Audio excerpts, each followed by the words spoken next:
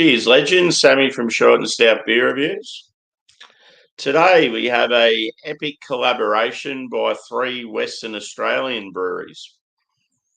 So we've got Rocky Ridge. They're out of the Bustleton area. You've got Margaret River Beer Co., which is Margaret River, and King Road Brewing, which is, I think it's Oldsbury, like south of Perth, sort of near Rockingham sort of area. I've been to Rocky Ridge and Margaret River before, but I'm pretty sure King Road are fairly new. Anyway, the beer is called Disco Goats. And shout out to Disco from Rasco and Disco Beer Reviews. I knew he'd be a fan of this one, and he's in the chat already. So yeah, it's a triple IPA at 10%, and it's got some pretty rad artwork there. So yeah, we've actually got quite a few beers with disco in the name here. I know Range Brewing up in Brisbane have a whole series. So yeah, anyway, this beer was brewed pretty, like, I'm pretty sure it's quite new. I reckon it would only be in the last few weeks anyway. And I've had quite a few from Rocky Ridge recently. Just as I've mentioned, they started a brew pub here in Melbourne. They acquired the venue of one that had collapsed. So, yeah, they've been doing really well since they've been over here on the East Coast. So, who have we got in the chat? Disco. Good to see you, brother. And cheers. This one's for you. Very trippy. Cheers, Tater. Cheers, Craig, brother.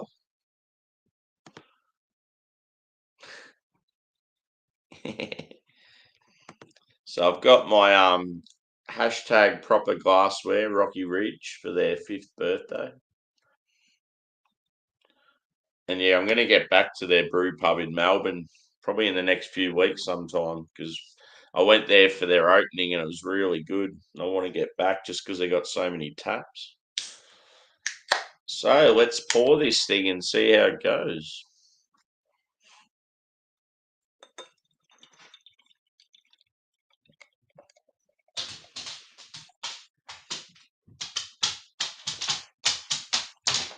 So the same sort of thing with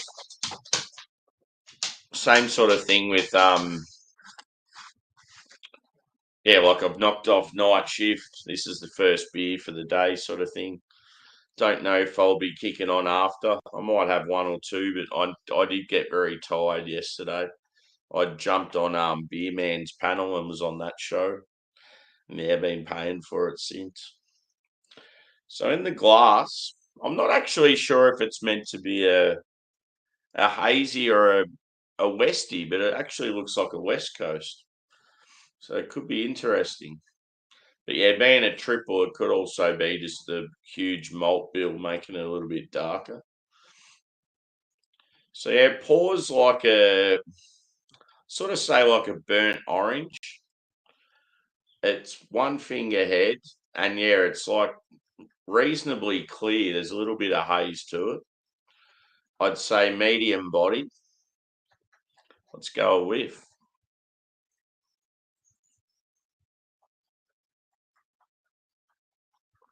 It smells like it's going to be more like West Coast leaning.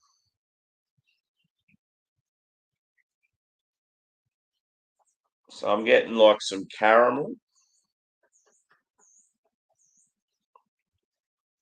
some biscuit, grapefruit, maybe some orange. It's actually quite subtle on the aroma. Sometimes with these triples, they can be very, very malty and sweet, and the hops don't really shine in them. I hope it's more balanced.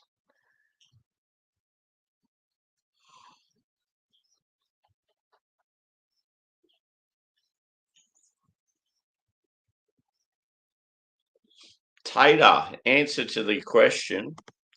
What I do, brother, don't ever put them in the dishwasher because it just stuffs them. If they got any sort of label on them, yeah, it ruins the label, but it also like makes the glass weaker over time, and yeah, they tend to break after a few washes. What I do normally when I've finished with the glass, I'll try and rinse it out straight away. But I tend to use a toothbrush. I'll just use an old toothbrush, hot water. If you have to, maybe a little touch of detergent. But I just find, yeah, just if you can get onto it straight away, a toothbrush and hot water is what I do.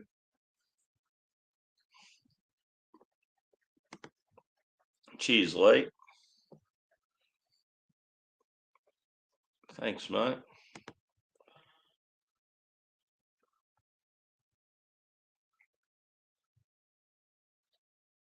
Yeah, yeah, dude. We'll soon see on the taste. To be honest, just with like what Rocky Ridge have brewed lately, the can artwork, just the fact it said triple IPA, I just thought it was going to be more of a hazy. But yeah, it's looking like a Westie. Anyway, I'm going in, boys. Cheers.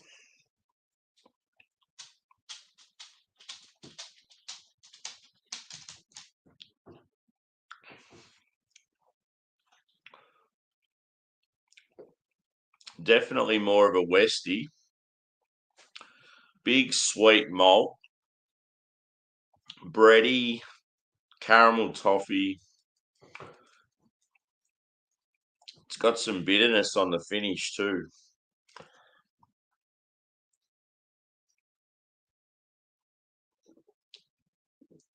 There's definitely some pine there. Yeah, it's like citrusy, like grapefruit, orange, maybe a touch of like apricot, like stone fruit. It's one of those beers. It's like I feel like if it was a double, it'd be better. I feel like the malt's too intense. I just feel like a lot of breweries like struggle to get the balance right with a triple IPA. And to be honest, that's what I'm getting with this. I had a triple IPA from these guys that was a West Coast recently, and it was the same sort of setup. I'm getting the same vibes with this as I did with that. So yeah, a little bit disappointing to be honest. Sorry, Disco, I've let you down, brother. I'll make it up to you. I'll have to do the range disco beers for you, dude, because I know they're good. You've got disco as a pale ale, and then double disco, which I think is a double IPA. And then there was another one. There's about three or four, I think. Cheers, Bumpy. Happy Halloween, brother. It's actually the day after here. Halloween was last night for us. I don't know if there was families out in the street or what. It's starting to get fairly popular here in Australia. I know it wasn't really a thing when I was a kid.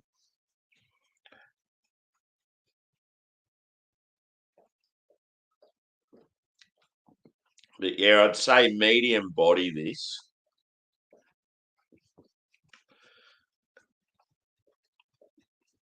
Carbonation's moderate. It's reasonably smooth. Just disappointing. The balance is just too malty. Sweet malt. I just feel like with these beers, unless you're going to absolutely smash the hops in there and just make them like fierce with like, yeah, like citrus and pine, really up the bitterness. Like, I don't know, just all you get is just huge malt.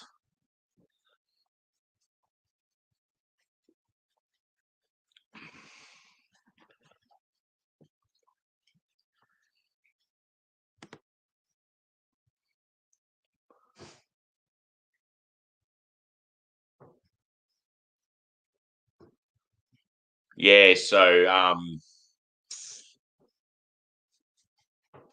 in Australia we have, yeah, for some reason some breweries call them like IIIPA instead of just like TIPA. And it's the same with doubles. Sometimes you get the two I's instead of the D. Um, so it obviously stands like India Pale Ales, obviously IPA, but the extra I is Imperial India Pale Ale. So yeah, I'm assuming that the three I's is just Imperial. But yeah, it just makes it so much easier if you put triple IPA. Or unless it's like the triples relating to like the like Roman numerals sort of thing. I'm not too sure, but that would make sense as well.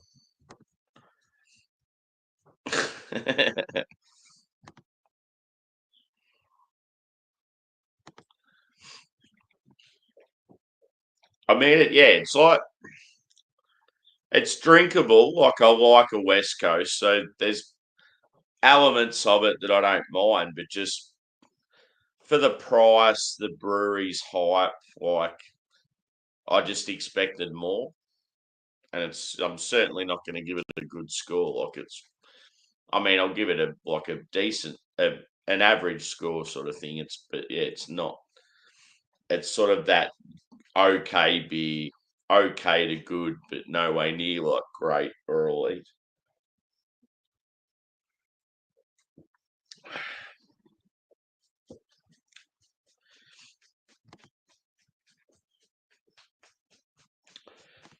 And yeah, Tater, when it comes to cleaning glasses, dude,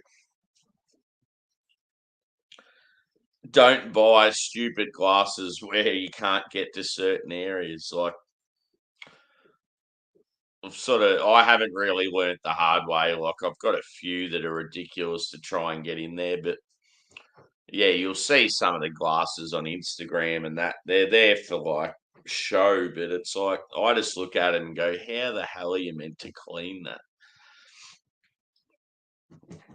You just get this huge build up of gunk, and I feel like you'd never be able to clean them properly.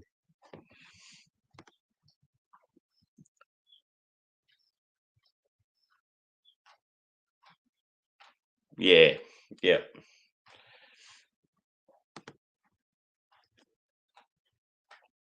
And there's even one disco that's like it's Hope Brewery out of they're in the Newcastle area just north of Sydney, and they do a black IPA, and it's got this huge plane on it like a fighter plane sort of thing, and it's got I think it's a quadruple IPA, and it's just got I. Pretty funny.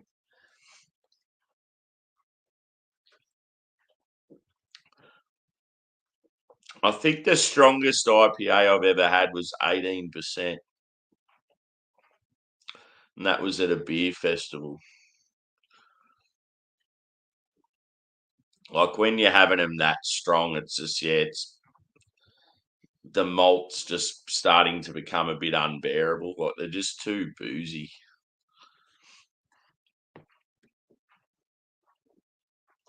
Yeah, obviously I've had stouts that are up around 20, early 20s. Some of them like they drink like they're tens. Like it's crazy. I suppose I should pour some more. On the plus side, like even though I'm tired, I sort of want to hang out with some peeps, but yeah, like cause this beer hasn't really delivered. Like I expected so much more. It makes me want to crack another beer now, like just to forget about this one.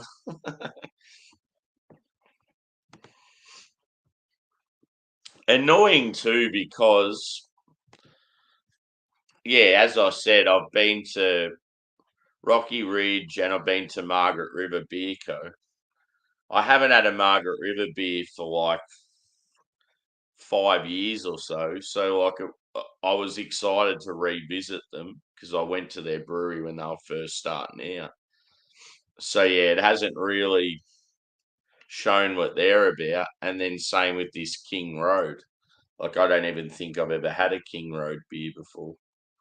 And yeah, one of the guys I was hanging around with on the weekend, he's just come back from living in Perth for a while. And I remember one of the breweries he said that a top notch over there was King Road. So that's why I was sort of excited for this beer. Hmm. So yes, one of my mates, he hypes up Rocky Ridge like they're the bee's knees of Aussie craft at the moment, but I still think there are some styles they do pretty well, but I still think as far as their IPAs go, I think they need a lot of work. I wouldn't even have them in as far as all round breweries in Australia. I probably they'd struggle to be in the top 10 for me because I've had a lot of misses as well as hits. Just calling it as I see it. And yeah, I've like reviewed quite a few on the channel, and I reckon like probably 40% of them haven't really been that flash.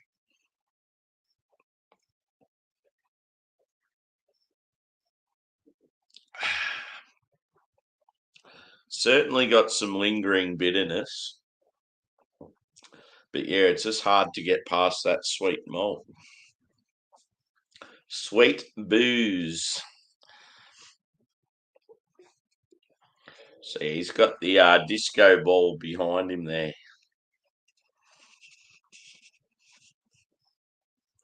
He looks like a spider with all those eyes, like the one I caught on my ring light recently. About 30 million eyes looking at me. That was quite a thrill.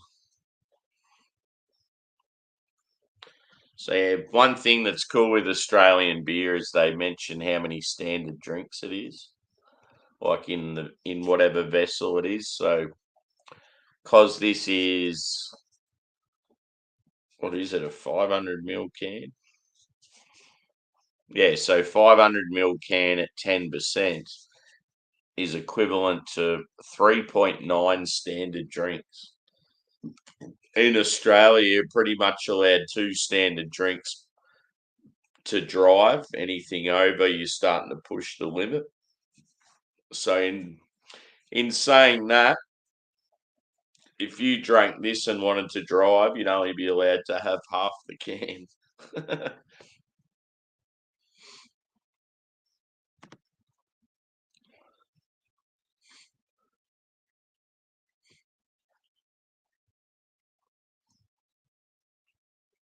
Oh, yep. Mango and wheat beer, yeah, you'd think that'd go well together.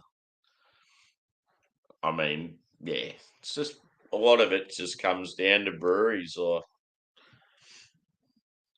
I had a wheat beer a few weeks ago, and I really got a craving for them after that. And then the two wheat beers I had since that first one, they just haven't delivered. And it's like, oh, it's sort of annoying when you really crave a style, but you just can't find one that I don't know, like goes all right.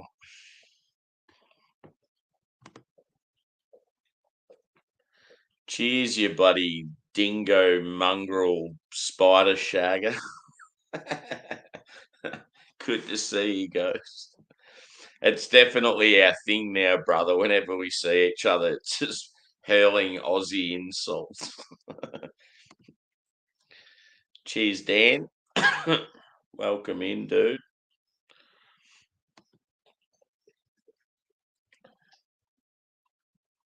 So yeah, I'm sort of hoping if you're still there, Ghost, I'm hoping Miscellaneous goes live because I haven't hung out with him all week. And it's normally my thing when I come off night shift, I'll do a beer review and then I'll go hang out with Drewy and the gang.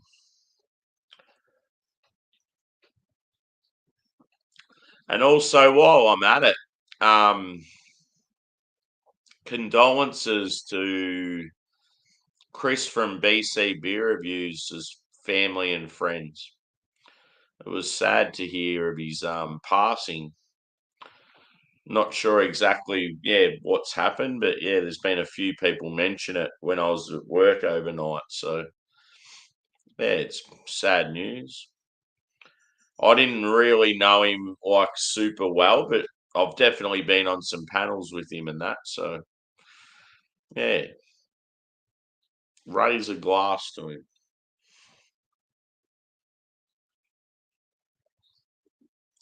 And I think that someone out there was starting a GoFundMe page for him, like for paying for the funeral. I think so. Get around that if you can. He always seemed like a pretty like decent guy. He's always having a bit of a laugh and friends with heaps of people in the community. Hmm.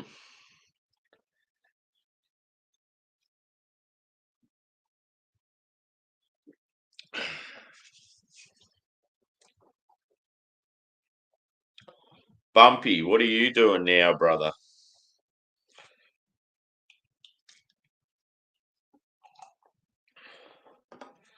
Are you having a drink?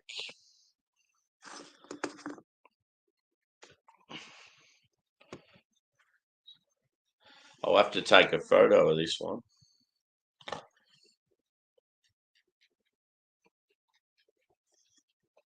I'll send you the photo if you want, Disco.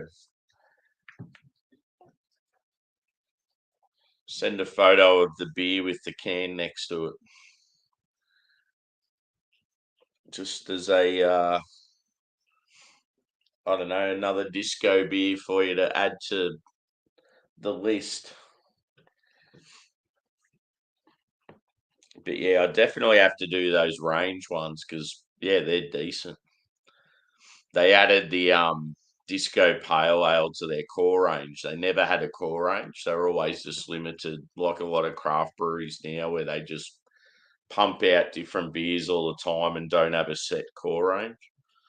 And then they brought out a couple, and disco pale ale was one of the first ones. And then the double disco they released as like a amped up version of the pale, but like a double IPA. I just remember it being real tasty.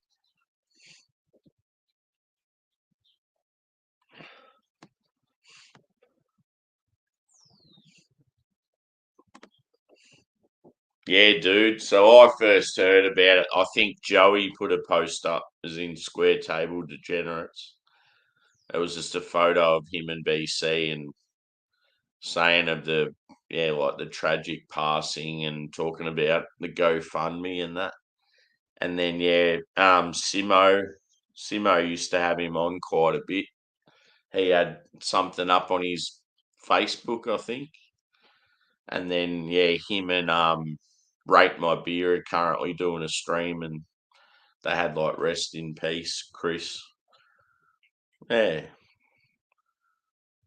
always always shit to hear of stuff like that. Puts things into perspective. Hmm. I'm not because I don't know him very well. I'm not sure like if he had family like wife and kids and that sort of thing. But I know he used to go on Geordie's a fair bit.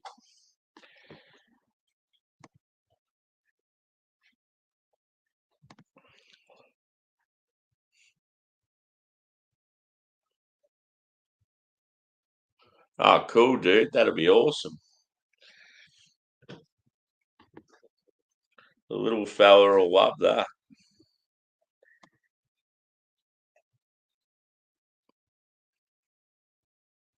Yeah, exactly.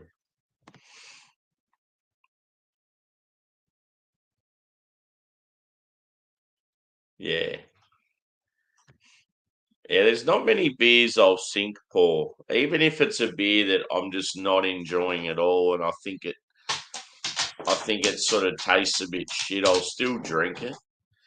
The only ones is when it's like a real offensive, like say like real badly oxidized, and it's like get rid of that. But yeah, I haven't really had any bad beers like that for a while. I definitely went through it with Equilibrium there.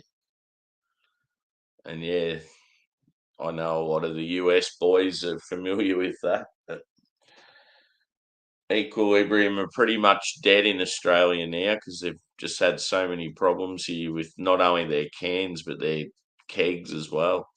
When we had their stuff air freighted over here, there was an event in Melbourne. I've had good Equilibrium too.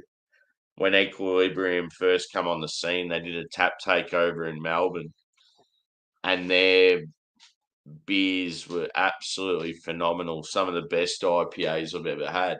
But the second event they did, yeah, I travelled all the way to Melbourne for it, and yeah, every single keg but one was spoilt. And they're just like, nah, fuck these guys. We've heard enough of the shit with their beers being messed up, and now they've pretty much just screwed our whole event. So yeah, it's not only their cans, it's their bloody kegs as well.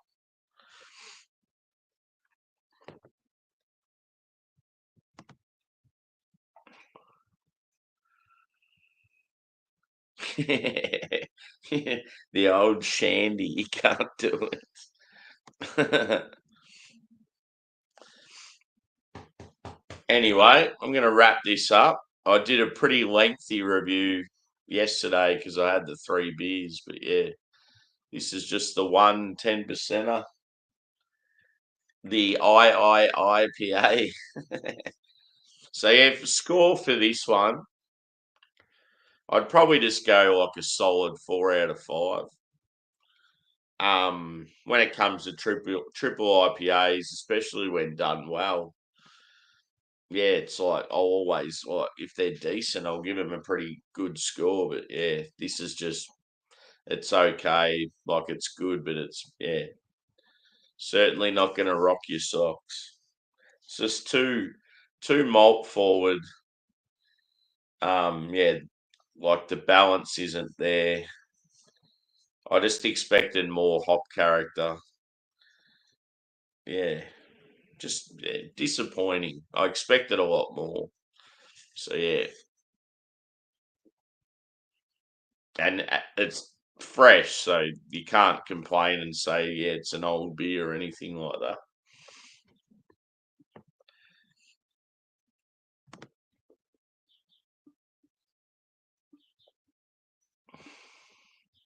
Cheers, brother. And yeah, we'll make it up to you with the range disco beers, dude. Back to work. Cheers, Harry, you bum. I'm out.